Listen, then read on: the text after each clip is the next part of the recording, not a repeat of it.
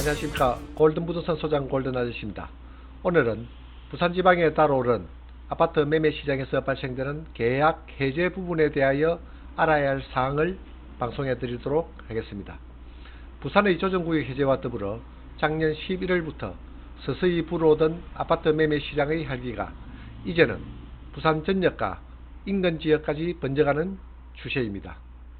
그러다 보니 그동안 매도를 하지 못하고 있던 소유자들은 이번 기회에 매도할 기회를 가진 것 같고, 국지적으로 움직이는 현상이기는 하지만 분양권, 입주권, 신축 순으로 매수세가 상당한 열기를 더하고 있는 요즘입니다. 아파트 매매 시장이 뜨거워지다 보니 계약 해제가 빈번히 일어나고 있어 오늘은 이런 매매 계약 해제에 대하여 우리가 알아야 할 사항을 방송해 드리도록 하겠습니다. 많은 시장 참여자들이 혼돈을 겪고 있는 매매계약 해제는 요즘 같은 시절에는 더 어려운 사정이 생기기도 합니다. 시장 상황을 잘 모르는 상태에서 급히 가계약금을 지불받고 또는 계약을 한 후 치솟는 매매가를 확인하고는 계약 해제를 요구하는 매도인 때문에 매수인이나 중개사들에게는 상당히 난처한 일이 아닐 수 없습니다. 그래서 오늘은 부동산 매매 계약 해제에 대하여 다시 한번 말씀드리면서 매도인, 매수인이 꼭 알고 시행해야 되는 부분을 짚고 넘어갈까 합니다. 해제권의 성질은 행성권으로 당사자 일방에 의한 의사표시가 있으면 그 효과로서 법률관계가 발생하므로 당사자들은 그에 따라야 한다고 생각하시면 되겠습니다. 법률적인 구체적 사항은 생략하기로 하고 우리 일상에서 일어나는 상황에 대하여 말씀드리도록 하겠습니다. 부동산 계약을 하기 위해서는 먼저 물건을 둘러보고 마음에 든다면 가계약을 하는 것이 관례로 되어 있습니다. 그 부동산을 선점하자는 의도로 일정 금액을 먼저 송금하는 제도입니다. 요즘은 가계약금도 일정한 요건만 갖춘다면 계약으로 인정하는 판결 사례도 있지만 아직은 사례에 따라 달라질 수 있는 미약한 부분이 있는 것만은 사실입니다. 지금은 워낙 뜨거운 매매 시장이다 보니 가계약금의 배액을 상환하고 해지하는 경우도 있지만 계약서를 작성하고 매매계약 해제를 요구하는 매도자도 많이 나타나고 있는 실정입니다. 매매계약을 해제하기 위해서는 먼저 중도금 약정이 없어야 합니다. 관례적으로 중도금 약정을 하는 것이지만 당사자 사정에 따라 중도금 약정을 하지 않는 경우도 허다하다 보니 요즘과 같은 시절에는 중도금 약정이 없어 분쟁의 소지가 많이 생겨나고 있습니다. 중도금 약정을 했더라도 그 기일이 도래하지 않는 상태에서 중도금 지불을 했다면 그 효과에 대하여 법률적인 해석은 없지만 판례에서는 중도금의 효력을 인정한 대법원 판결이 있는 것을 알고 계셔야 합니다. 즉 중도금 일자가 2020년 12월 10일인데 갑자기 상승하는 매매가 때문에 매도인이 해지할까봐 매수인은 중도금 지불 약정일 전에 중도금을 입금한다면 그 입금액은 중도금의 효과를 가질 수 있다는 대법원 판례입니다. 일단 중도금이 지불되면 일방의 매매 계약 해제는 할 수 없습니다.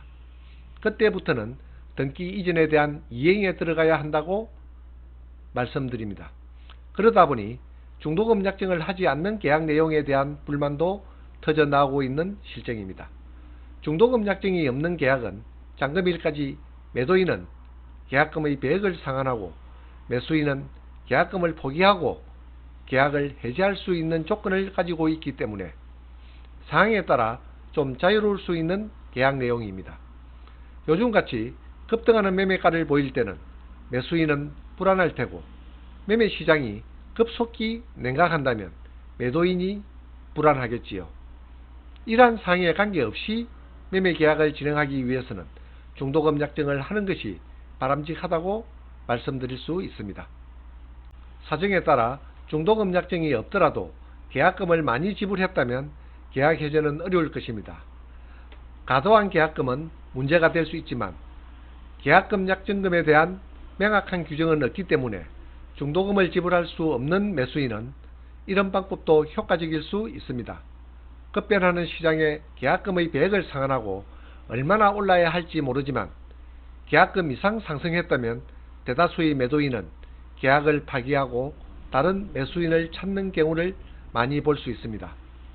하지만 이러한 일들이 빈번히 일어나는 경우는 아니다 보니 계약 시 당사자들은 매사로 생각하고 또는 금전적인 사정 때문에 중도금을 지불할 수 없는 매수인도 많이 볼 수 있습니다. 현재 진행되고 있는 전국적인 아파트 매매 시장은 정부의 정책적 의지도 아랑곳하지 않고 지방의 부동산까지 뜨겁게 달아오르고 있는 실정입니다. 이러한 현상이 언제까지 이어질지 정확히 판단하기는 어렵겠지만 풍부한 유동성과 저금리 그리고 전세 물량의 부족으로 인한 전세가 상승으로 매매가를 끌어올리는 것 같습니다. 계속하여 이런 문제점이 해결되지 않고 공급도 없다면 당분간은 이런 현상은 지속될 것으로 예상되어지나 물건에 따라 차별화된 현상으로 나타날 것으로 보여집니다. 정부의 정책적 실패라고 볼 수 있는 이러한 부동산 시장의 현실은 무주택자들의 주거 사다리를 걷어차 버렸고 온 나라를 아파트 투기장으로 만들어 놓았습니다. 지금은 매도 호가가 상당히 상승되고 있는데 투자 세력의 추격 매수가 계속하여 따라줄지는 의문스럽습니다. 하지만 심리적으로 불안한 실수요 매수자들이 마지막 실거래자가 되는 것이 통상적인 예입니다. 그러다 보니 더 강해지는 정책이 들어오면 불안한 투자 매수 세력은 자취를 감추고 실거래가 상승은 멈추면서 거래는 싸늘해지는 것이 지금까지의 부동산 시장 학습 효과입니다. 아무튼 우리는 상승장의 마지막 매수자가 되는 것을 원하지는 않을 것입니다. 풍선 효과로 옮겨지는 아파트 가격 상승장을 보면서 향후 시장의 흐름을 면밀히 체크하여 실패하지 않는 투자를 하고 실수요자들은 마지막 꼭지점에서 내 집 마련을 하지 않도록 하시기 바랍니다. 오늘은 여기서 마치겠습니다. 구독과 좋아요를 부탁합니다. 감사합니다.